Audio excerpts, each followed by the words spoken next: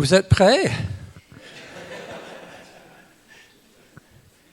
Pour ceux qui ne me connaissent pas, vous devez supporter mon accent et mes fautes de grammaire ce matin, mais j'espère que vous pouvez quand même entendre du Seigneur surtout et pas de moi. Ce matin, nous allons juste voir cette petite phrase qui se trouve dans Exode 34, « lent à la colère ». C'est une expression un peu spéciale. Je donne des cours pour nos missionnaires qui se trouvent dans les pays musulmans. Et souvent, on utilise ces versets pour peu à peu décrire le caractère de Dieu. Et dans ces versets, on trouve vraiment une richesse qui nous montre le caractère de Dieu. Et une fois qu'on a donné ce cours aux Algériens, il y avait un homme qui nous a dit après, il a dit, je ne sais pas comment me mettre en colère lentement. Ce n'est pas tout à fait ça l'idée, de toujours se mettre en colère, mais de le faire lentement. Mais on va voir ce caractéristique de Dieu qui parle de la colère de Dieu, mais lent à la colère. Lisons ce verset dans Exode 34. « L'Éternel passa devant lui en proclamant « L'Éternel, l'Éternel ». Ces mots-là, juste pour ouvrir une parenthèse, c'est « Yahweh, je suis ». C'est en fait une des grandes révélations de Dieu à Moïse, parce que ces paroles sont adressées à Moïse. L'Éternel, l'Éternel, Dieu compatissant et qui fait grâce, lent à la colère, riche en bienveillance et en fidélité, qui conserve sa bienveillance jusqu'à 1000 générations, qui pardonne la faute, le crime et le péché, mais qui ne tiennent pas le coupable pour innocent et qui punit la faute des pères sur les fils et sur les petits-fils jusqu'à la 3e et la 4e génération. Si ce matin, je parlerai que de la colère de Dieu, je pense que vous serez choqués. Ce n'est pas un message qu'on entend beaucoup dans nos églises à l'Occident ces dernières décennies. Si je parlais que de l'amour de Dieu, oh, ça c'est normal. Mais la colère de Dieu, ça, on a un peu évité ce sujet.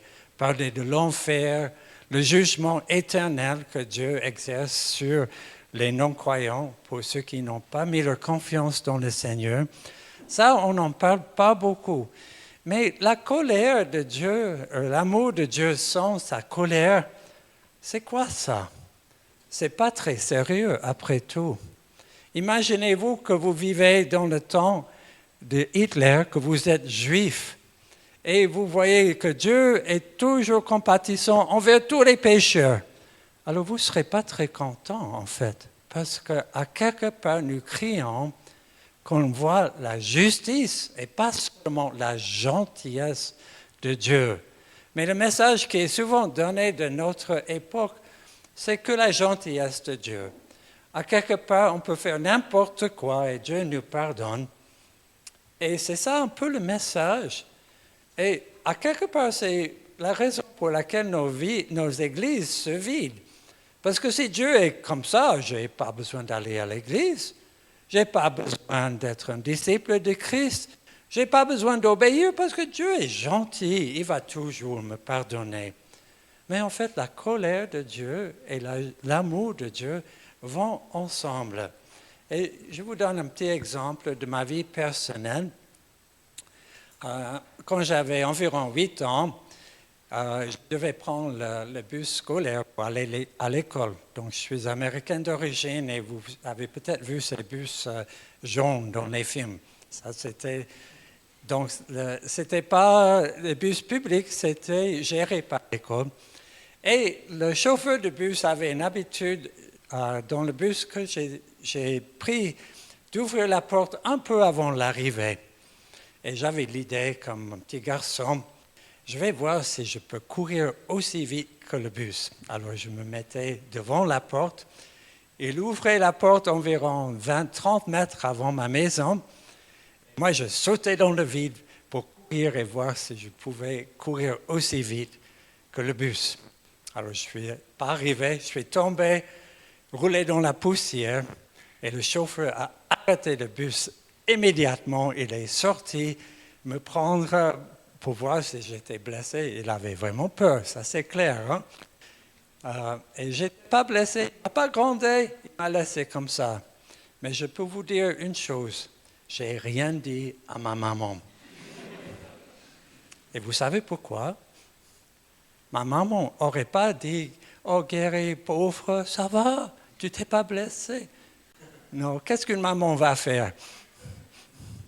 Elle va me gronder comme pas possible. Qu'est-ce que tu fais? Comment tu as eu cette idée?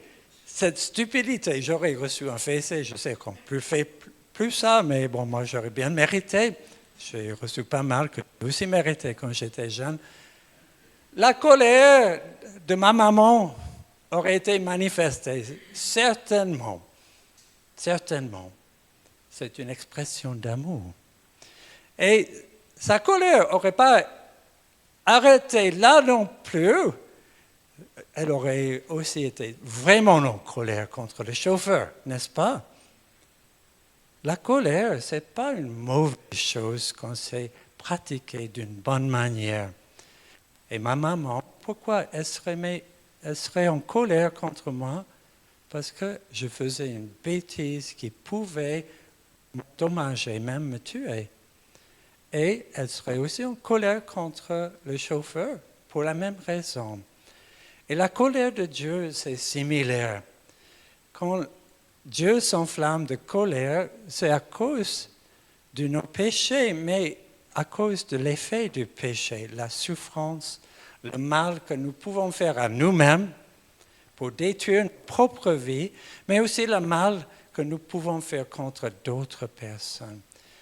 L'amour et la colère vont ensemble, mais heureusement, Dieu est lent à la colère.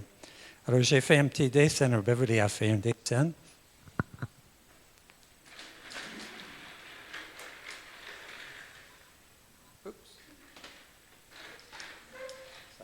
Très bien. Qu'est-ce que vous voyez qui est un peu spécial dans ce dessin? Pardon? Pinocchio, oui. Il y a un nez long. En fait, je vais trouver ça. En hébreu, lent à la colère, c'est une expression idiomatique. On le traduit comme lent à la colère.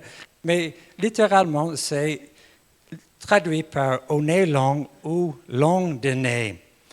Un nez long symbolisait le temps nécessaire pour s'irriter et exprimer sa colère. Donc, par exemple, dans Proverbe 19:11, l'homme qui a de la sagesse est lent à la colère. En fait, ça se traduit littéralement. L'homme qui a de la sagesse est long de nez.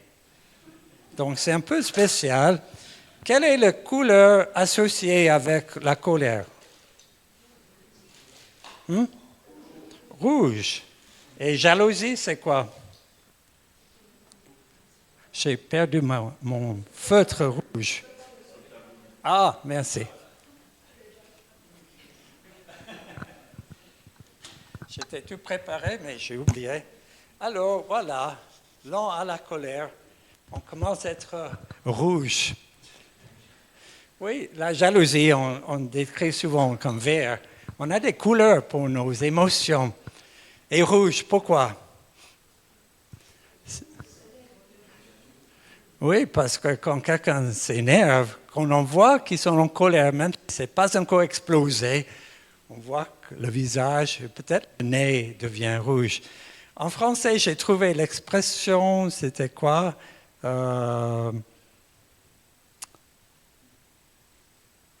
Avoir la moutarde qui monte au nez. Vous utilisez ça? Quelqu'un doit m'expliquer ça, peut-être après le culte, parce que je n'ai jamais entendu ça. Donc, on a plein d'expressions qui parlent de la colère, et c'est toujours intéressant, des expressions dans les différentes langues.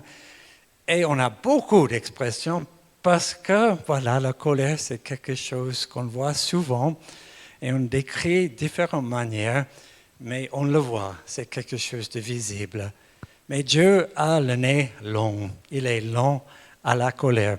Moi, je vais utiliser maintenant une expression qui se trouve aussi en anglais, qui est d'avoir une mèche courte. Vous connaissez cette expression, une mèche longue. Vous connaissez cette expression? Bon, vous allez voir avec les dessins.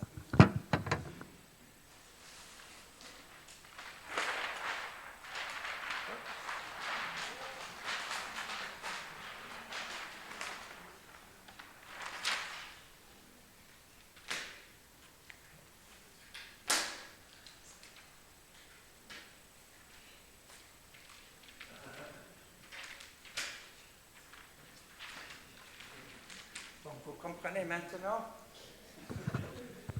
Avoir une mèche courte, c'est quelqu'un qui va s'exploser rapidement, n'est-ce pas?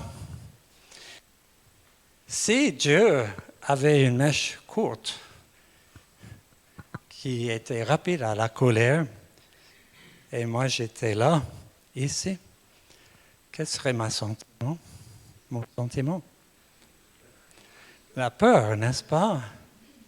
Je ne serais pas très heureux. Combien de temps est-ce que je peux vivre si la mèche du Seigneur, avant d'exploser sa colère, était aussi courte que ça? Combien de temps, combien de jours est-ce que je peux vivre, même comme chrétien? Peut-être un demi-jour, parce que j'avais que 5 minutes de me mettre en règle avec le Seigneur. Alors, je ne serai pas là très, très longtemps. Heureusement, le Seigneur est lent à la colère. Je vais juste montrer un peu comment ça marche. Donc, la mèche du Seigneur est un peu plus longue.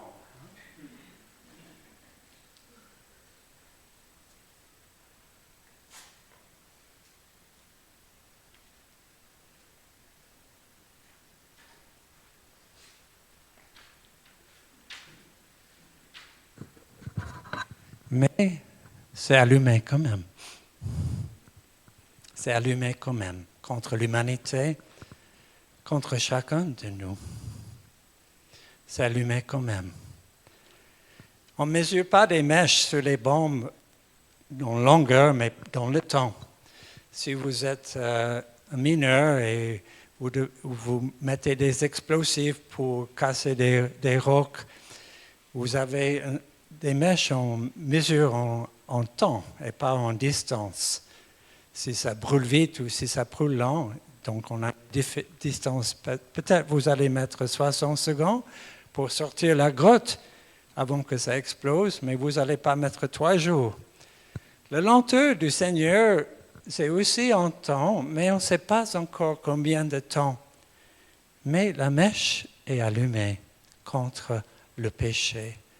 Le salaire du péché, c'est la mort. C'est la mort. Et sans rien d'autre, nous serons tous jugés pour nos péchés et morts. Mais Dieu, dans sa grâce et dans sa beauté, nous a envoyé Jésus-Christ pour prendre sur lui ce que nous méritons. Il a subi la colère de Dieu à la croix. Je ne sais pas si vous avez réfléchi un peu sur la croix et le prix que Jésus a payé pour nous à la croix. J'ai réfléchi souvent sur un verset dans Luc 22 et le verset 44 qui parle de Jésus dans le jardin. Étant en agonie, il priait plus instamment et sa sueur devint comme des grumeaux de sang qui tombaient à terre. Pourquoi Jésus était en agonie dans le jardin? Ce n'était pas encore la souffrance. C'était que seulement l'anxiété qui l'a poussé dans l'agonie. Pourquoi il a dit, quelle était cette coupe qu'il devait boire qui faisait qu'il était en agonie? Je n'étais jamais dans ma vie en agonie comme ça et je pense toi non plus. Tellement inquiète du lendemain, de ce qui allait arriver. Pourquoi? Quelle était cette coupe qu'il a dû boire pour nous sauver? Ce n'était pas seulement les souffrances physiques. Ce n'était pas seulement l'humiliation. Vous savez que les Romains, souvent, ils déshabillaient les victimes. Et Jésus était probablement nu à la croix. Quelle honte, quelle humiliation. Mais je ne pense pas non plus que c'était ça qu'il a rendu dans l'agonie sur la croix. Je pense que c'est en fait cette colère de Dieu qui allait tomber sur lui. Il y a un verset dans 2 Corinthiens 5, « Celui qui n'a pas connu le péché, il l'a fait devenir péché pour nous afin que nous devenions en lui justice de Dieu. » Dieu a transformé Jésus-Christ en péché. Non seulement il a porté nos péchés et nos souffrances à la croix, mais il est devenu péché. La chose qu'il détestait le plus dans tout l'univers, il est devenu. Imagine-toi que toi-même, tu allais être transformé dans la chose que vous détestez le plus. Ça, c'est pas facile. Et je pense que ça faisait partie de l'agonie de Christ avant les souffrances physiques, l'humiliation, la croix, la mort. Ça, c'était la chose d'être haï par son Père, jusqu'au point où il a écrit « Pourquoi tu m'as abandonné ?» Parce qu'il était frappé. Dans Ésaïe 53, nous lisons « Mais il était blessé pour nos péchés, brisé pour nos iniquités. Le châtiment qui nous donne la paix est tombé sur lui. Et c'est par ses meurtrisseurs que nous sommes guéris. Il a plu à l'Éternel de le briser par la souffrance. » Oui, il a supporté beaucoup pour prendre ce que nous méritons. C'est l'amour. La colère de Dieu s'exprime, l'amour de Dieu s'exprime aussi dans la colère. Maintenant, nous allons voir un peu le temps de la colère de Dieu et on va voir deux choses différentes. Mais d'abord, nous avons ce verset dans 2 Pierre. Mais il est une chose, bien-aimés, que vous ne devez pas ignorer, c'est que devant le Seigneur, un jour est comme 1000 ans, et 1000 ans sont comme un jour. Donc, pour Dieu, la question de temps est différente. Il a une autre échelle. Le Seigneur ne tarde pas dans l'accomplissement de la promesse, comme quelques-uns le croient, mais il use de patience envers vous, ne voulant pas qu'aucun périsse, mais voulant que tous arrivent à la repentance. La raison pour laquelle Dieu est lent à la colère, c'est pour que nous arrivions à la repentance. Il veut notre salut. Il veut le bien de l'être humain. Mais sa sainteté et ses valeurs de justice, on ne peut pas échapper au jugement. Donc, Jésus a pris le jugement de Dieu à notre place, mais le jugement est tombé. Soit Jésus, soit nous. Et ça, c'est le choix que nous avons tous, de recevoir, comme grâce, par grâce, recevoir le sacrifice de Christ, l'échange qu'il nous a donné, sa vie pour notre vie.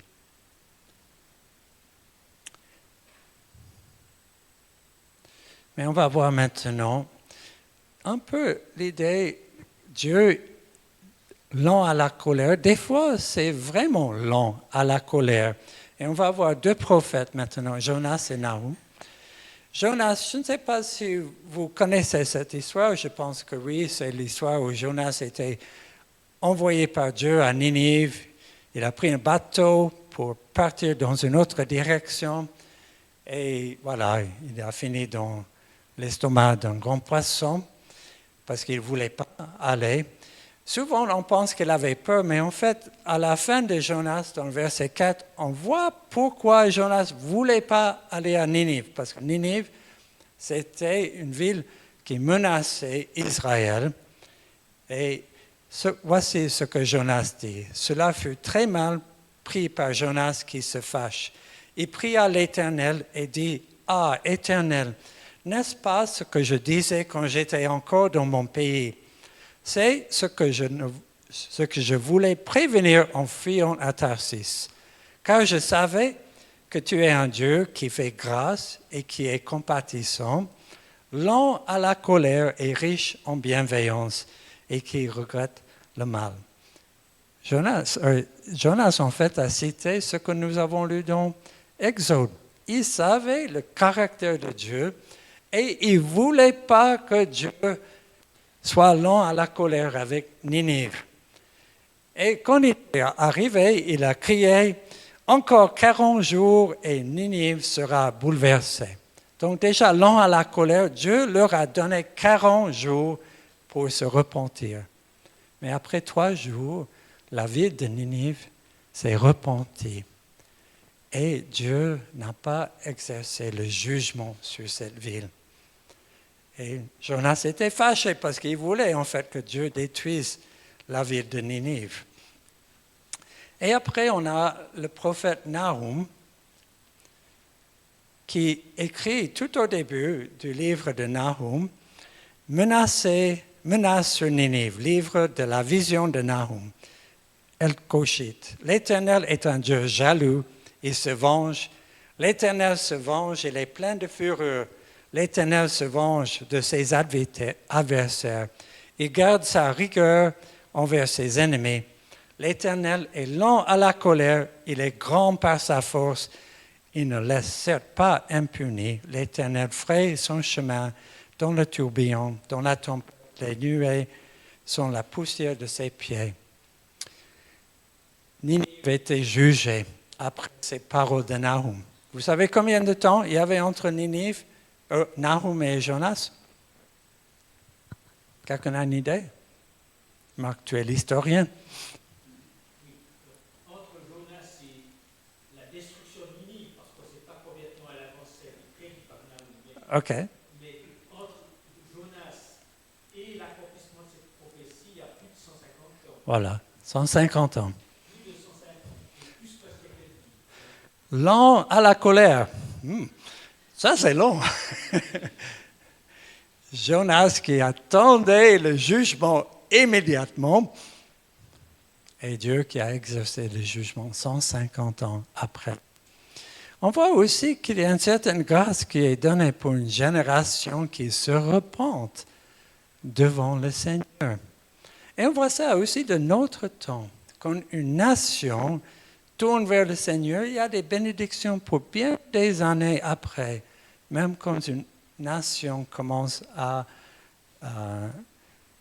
s'éloigner du Seigneur. Donc il y a aussi cette idée de bénédiction de mi-génération. On ne voit pas exactement, on ne connaît pas exactement les temps du Seigneur, mais ici le Seigneur a vraiment agi avec une grande lenteur. Mais il y a aussi des fois où il agit avec hâte, qui pour nous, on estime c'est un peu trop rapide. Par exemple, quand les fils d'Aaron, Nadab et Abihu, oui, je ne connais pas trop ces noms, prirent chacun un brésier. Donc ils étaient des prêtres censés offrir des sacrifices à Dieu. Chacun un brésier, y mirent du feu et posèrent du parfum dessus. Ils apportèrent devant l'Éternel du feu étranger, ce qu'il ne leur avait point ordonné. Alors le feu sortit de devant l'Éternel et les consuma. Ils moururent devant l'Éternel. Peut-être on pense, oh, mais ça c'est un peu rapide là. Non, la colère, ça c'est rapide à la colère. Ça c'est cette bombe avec la mèche courte, n'est-ce pas? On va voir un autre cas. On pense, et souvent, j'ai même entendu, ça c'était le Dieu de l'Ancienne Alliance. Vous avez entendu ça? Le Dieu de la Nouvelle Alliance, c'est quand même beaucoup plus sympa. N'est-ce pas? Dieu est amour. La révélation de la grâce. Donc Dieu a changé. Oui, on a inversé. Dieu a changé. Non, je ne pense pas. Dieu ne change pas. Le Dieu de l'ancienne alliance est le même que le Dieu de la nouvelle.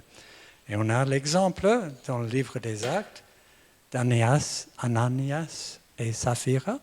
Vous connaissez cette histoire. Ce n'est pas à des hommes, Pierre a dit à Ananias, ce n'est pas à des hommes que tu as menti, mais à Dieu. Alors Pierre lui dit, comment vous êtes accordés pour tenter l'Esprit du Seigneur? Voici ceux qui ont ensolevé, donc ça c'est maintenant pour Saphira, parce que Ananias est tombé mort, et Saphira est venue. Voici ceux qui ont ensolevé ton mari sont à la porte et ils t'emporteront. Ça c'était rapide, hein? Ça c'était rapide. Donc, 1000 ans c'est comme un jour et un jour comme 1000 ans. Donc il ne faut pas essayer de mesurer la lenteur de Dieu avec nos idées du temps. Dieu agit de sa manière. Mais quel était le résultat de la mort d'Anéas et Saphira? Une grande crainte s'empara de toute l'assemblée et de tous ceux qui apprirent ces choses. Mais le nombre de ceux qui croyaient au Seigneur, hommes et femmes, s'augmentait de plus en plus. La lenteur de Dieu aussi crée une crainte. La colère de Dieu, crée aussi une crainte sur son peuple, une crainte. J'avais une crainte de ma maman, n'est-ce pas, dans l'exemple que j'ai donné. Une crainte que quand je désobéis ou que je faisais des bêtises, que je serais discipliné. Je savais que ma maman m'aimait. Et cette crainte, c'était que sa colère s'enflamme contre moi quand je faisais des injustices ou des stupidités. Et Dieu veut aussi que nous ayons une crainte de lui de la même manière. Pas une crainte qui nous terrorise, qui nous fait penser que Dieu va nous frapper à n'importe quel moment, mais une crainte qui nous dit dans notre cœur, je ne peux pas faire n'importe quoi avec mon Dieu 3 fois saint, mon Dieu tout-puissant. Dieu n'est pas notre copain, il est notre ami. Il y a une grande différence. Et on n'est pas un ami égal à Dieu, nous sommes vraiment petits devant lui, le Dieu tout-puissant et le Dieu 3 fois saint. Et cette crainte qui s'est emparée sur l'Église, c'est une bonne chose. Ça n'a pas du tout arrêté la multiplication des disciples. Les gens avaient une sainte crainte pour Dieu. Quelle était la chose similaire entre ces fils d'Aaron et Ananias et Saphira? En fait, c'était tous les deux, car c'était un début de quelque chose. C'était le début de la prêtrise d'Israël, quand ces fils d'Aaron devaient être prêtres dans la tribu des Lévites. Et pour Ananias et Saphira, c'était le début de l'Église. Et Dieu, souvent, il va montrer clairement à son peuple sa sainteté quand il commence une œuvre parmi nous. Et souvent, dans notre culture, on pense en tant qu'individu et on pense tout de suite que ce n'était pas juste, on aurait donné plus de temps à Ananias et Saphira à se repentir. Mais Dieu n'agit pas seulement en tant qu'individu. C'est vrai pour nous, il est lent à la colère pour chacun de nous, mais aussi pour le bien de son peuple, Israël, dans l'Ancienne Alliance, et l'Église dans la Nouvelle. Il est là à la recherche d'un peuple et pas seulement des individus. Et des fois, il fait un exemple pour son peuple, pour que nous ne tombions pas chacun de nous dans l'erreur. Par exemple, si l'exemple de Ananias, de mentir pour se faire voir devant les autres, est devenu quelque chose de normal dans l'Église. Le modèle qu'il donnait aux autres, l'hypocrisie, alors l'Église serait affaiblie et l'Église commencerait à faire des compromis. Nous sommes tous comme ça. Quand nous voyons que, voilà, celui-là, il peut faire ça, moi aussi, on peut se justifier facilement en regardant les autres. Et des fois, Dieu nous montre, c'est à moi que tu dois te rendre compte, ce n'est pas aux autres. Et il nous donne des exemples, et même de notre époque, il nous donne des exemples pour que nous craignions Dieu. J'aimerais pas être cet exemple, mais c'est pour ça que je crains Dieu, parce que je ne veux pas être cet exemple. J'aimerais venir sur une question un peu théologique. Est-ce que nous pouvons perdre notre salut? Les théologiens, ils aiment beaucoup faire des doctrines et on a deux camps assez forts dans cette question-là. On a le camp des Arméniens qui appuie surtout sur le fait que c'est notre choix de rester sauvé ou de s'éloigner de Dieu. Et on a le camp des calvinistes qui disent une fois sauvé, toujours sauvé. On ne peut pas perdre le salut. Moi, je ne m'occupe pas trop des questions doctrinales, surtout des questions tellement opposées. Mais je regarde personnellement qu'est-ce que la Bible me dit. Quand j'étais un jeune chrétien, j'étais dans une église très arméniiste, le choix libre. Et avec toutes les prédications, j'ai commencé à vraiment avoir peur que j'allais perdre mon salut. Il fallait travailler, il fallait œuvrer, il faut bosser, il faut prouver, parce que peut-être je peux perdre mon salut si je ne fais pas. Et j'ai perdu la paix aussi, parce que, toujours faire souci pour mon avenir, pour mon salut. Jusque j'ai lu deux versets dans Jude, les versets 24 et 25. « Or, à celui qui peut vous préserver de toute chute et vous faire paraître devant sa gloire irrépréhensible et dans l'allégresse, à Dieu seul, notre Sauveur, par Jésus-Christ notre Seigneur, soit gloire, majesté, force et puissance, dès avant tous les temps et maintenant et dans tous les siècles. Amen. » Et j'ai vu dans ce verset, c'est Dieu qui peut me préserver de toute chute. Ce n'est pas à moi seul à préserver mon salut. C'est Dieu qui le fait. Je n'ai pas besoin de bosser. Et en fait, j'étais un peu comme les Galatiens qui tombaient de la grâce et commençaient à œuvrer pour gagner ou pour garder le salut. J'étais un peu comme ça. Il y a beaucoup de promesses que Dieu nous assure et nous garde dans notre salut. Par exemple, dans Romains 8, 38 à 39, « Car j'ai l'assurance que ni la mort, ni la vie, ni les anges, ni les dominions, ni les choses présentes, ni les choses à venir, ni les puissances, ni la hauteur, ni la profondeur, ni aucune autre créature ne pourra nous séparer de l'amour de Dieu, manifesté en Jésus-Christ notre Seigneur. » Ou comme Jésus a dit dans Jean 10, 28, « Je leur donne la vie éternelle, et elles ne périront jamais, et personne ne les ravira de ma main. » Oui, nous avons ces belles promesses que Dieu est à l'œuvre pour nous garder dans notre statut de chrétien, notre statut d'enfant de Dieu, pour toujours, pour l'éternité. Mais à l'autre côté de cette doctrine, on a des avertissements que Dieu donne. Et si je compte sur l'assurance de mon salut, et je dis des avertissements ne sont pas pour moi parce que je suis sauvé pour toujours, je suis sauvé, je ne peux pas perdre mon salut.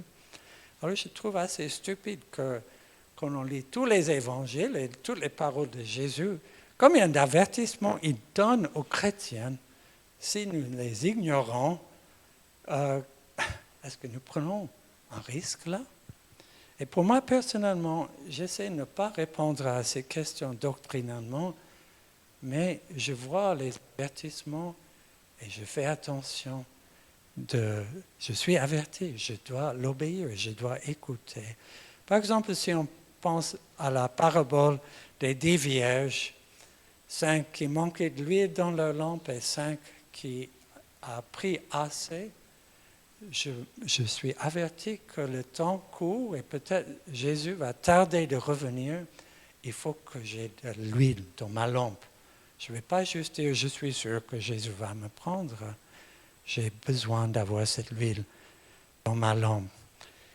Et dans Romains 11, l'apôtre Paul, qui vient d'écrire ce passage dans Romains 8, que rien ne peut nous séparer de l'amour de Dieu, parlait des Juifs et des païens et de cet arbre où les branches ont été arrachées pour greffer des branches des païens, donc nous, l'Église. Et Paul dit, tu diras donc, des branches ont été retranchées afin que moi, je sois greffé. Fort bien, elles ont été retranchées à cause de leur manque de foi. Et toi, tu subsistes par la foi.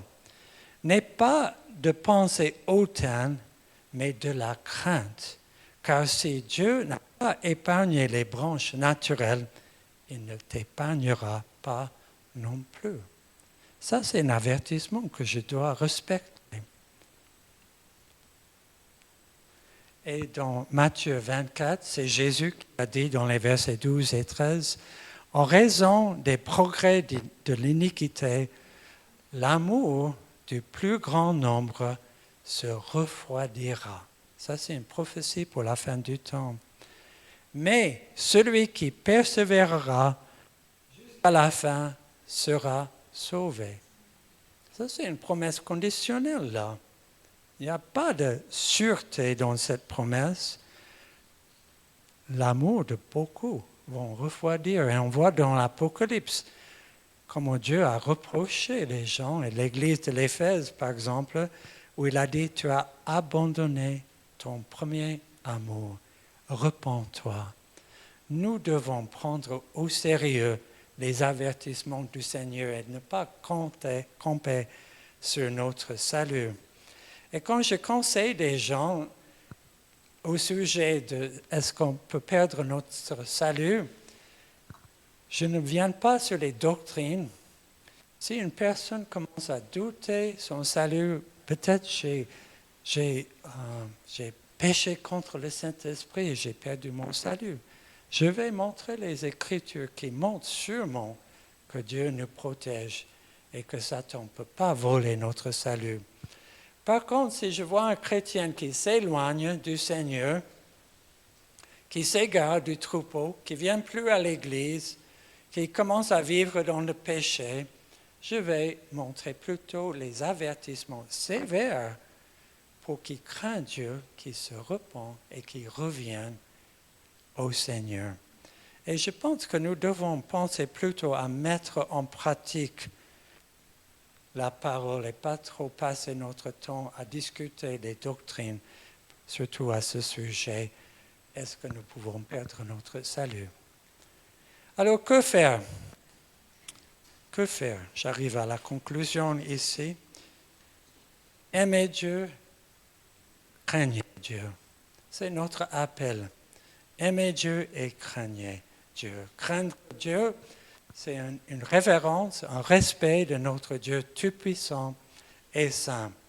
Et il y a cette parole, c'est pourquoi recevons un royaume inébranlable, montrons notre reconnaissance en rendant à Dieu un culte qui lui sera agréable, avec piété et avec crainte, car notre Dieu est aussi un feu dévorant. Le feu, c'est quelque chose qui chauffe et que nous n'allons pas juste débarrasser du feu. Je chauffe ma maison au mazout, j'ai besoin du feu. Mais le feu, c'est aussi quelque chose qui dévore. Et vous savez ce qui s'est passé au début de l'année. Comment le feu est dévorant, en fait. Et je pense qu'avec l'avertissement que nous avons reçu au début de cette année, avec le drame de Crans-Montana, nous avons probablement chacun de nous regardé nos maisons. Et ici, je sais, à l'église, on commence à regarder pour être plus sûr qu'on connaît les sorties de secours, que nous n'avons pas les pièces qui sont dangereuses. Donc, pourquoi on fait ça? C'est parce qu'on a une sainte crainte pour le feu maintenant. On sait que c'est quelque chose qui est bien, mais quelque chose qui peut faire beaucoup de mal. Et cette crainte, nous devons avoir de Dieu aussi. C'est un avertissement, ce que nous avons vu à Crans-Montana, un avertissement pour chacun de nous. Mais la Bible nous donne aussi des avertissements. Prenons au sérieux ces avertissements. Ne jouons pas avec le péché. Si nous avons des péchés dans nos vies qui traînent, ce n'est pas une excuse valable à dire « Oh, c'est moi, je suis comme ça, je suis fait comme ça ». Quand je discute avec ces hommes qui sortent du milieu islam, oui, nous avons tous beaucoup de colère, c'est comme ça. Non, ce n'est pas comme ça. Dieu nous avertit de gérer nos péchés, d'être libres de nos péchés, et il veut que nous mettons en marche pour débarrasser du péché dans nos vies. Quand on pense comment débarrasser du péché dans nos vies, je dirais 99,9%, c'est le travail que Jésus a fait pour nous. Il nous libère du péché. Mais sans effort de 0,1%, il n'y a rien qui se passe. Nous devons faire notre part au niveau du péché. Nous ne pouvons pas excuser nos fautes qui se répètent. Ayons la crainte de Dieu, parce qu'il va juger cela. Il va juger. Je ne veux pas être jugé par Dieu. Il va aussi juger son peuple. Que le jugement commence dans la maison de Dieu. C'est écrit dans la Bible.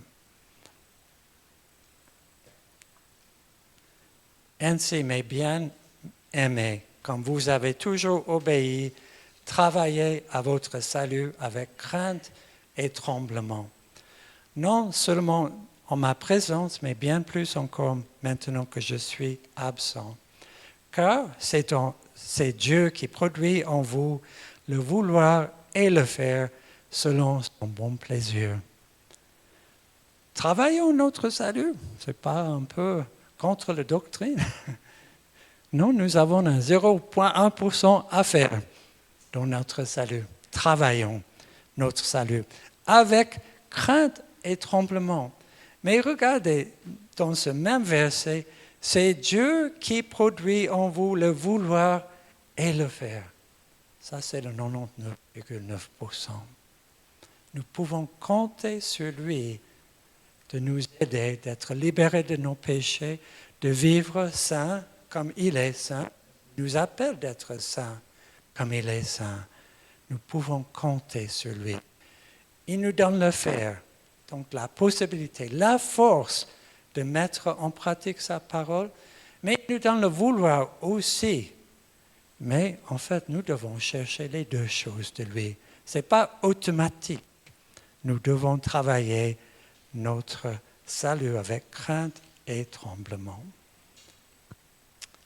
Pour finir, on va regarder la devise de l'Église, un peu plus élargie, parce que j'ai mis plus de versets là. C'est l'apôtre Paul qui court à la fin de sa vie pour remporter le prix.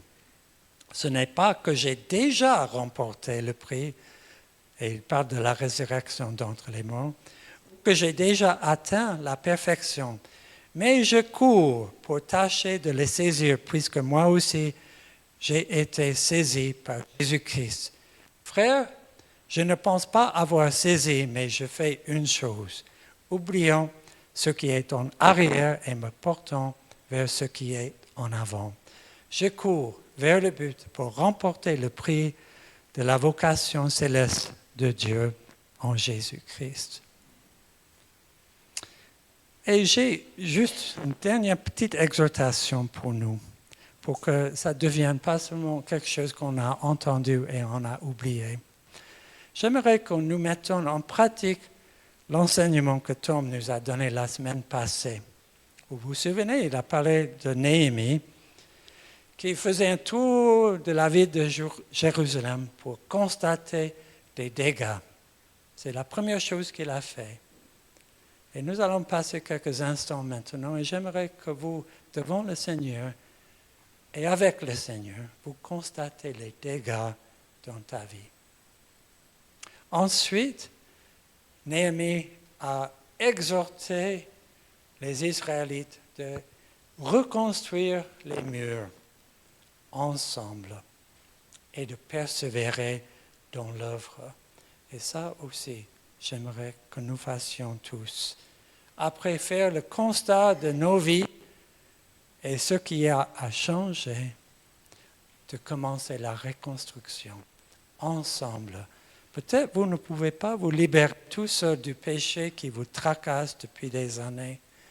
Demande de l'aide au pasteur. Vous pouvez demander à Beverly et moi qui fait la relation d'aide. Si vous ne voulez pas quelqu'un de l'Église, il y a le groupe Étincelle de la région qui fait cela. Je vous encourage. Reconstruisez ensemble. Ce n'est pas un travail que nous pouvons faire tout seuls. Et persévérer. Celui qui persévère jusqu'à la fin sera sauvé. Prenons quelques instants maintenant devant le Seigneur pour constater d'abord.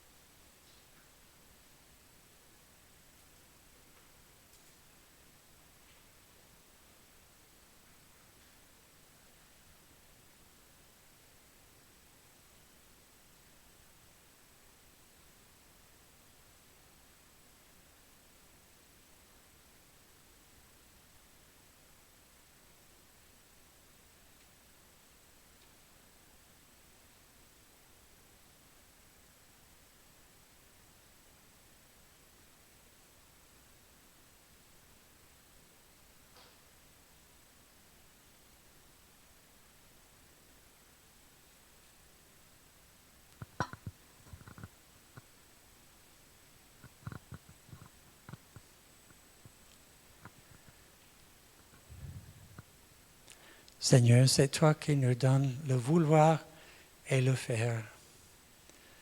Change-nous, Seigneur. Donne-nous un cœur à te craindre, à te plaire, à te voir comme tu es vraiment. Ôte-nous des images, Seigneur, que nous pouvons faire n'importe quoi et tu nous pardonneras. Mais donne-nous une simple crainte de toi. Et aide-nous, Seigneur. Nous voulons être libres. Nous voulons être dans la joie et pouvons témoigner à nos voisins, à notre famille, comment tu nous transformes. Que tu nous guides, Seigneur, avec ce que tu viens de nous montrer. Et Seigneur, que tu sois glorifié dans nos vies, dans le nom de Jésus-Christ. Amen.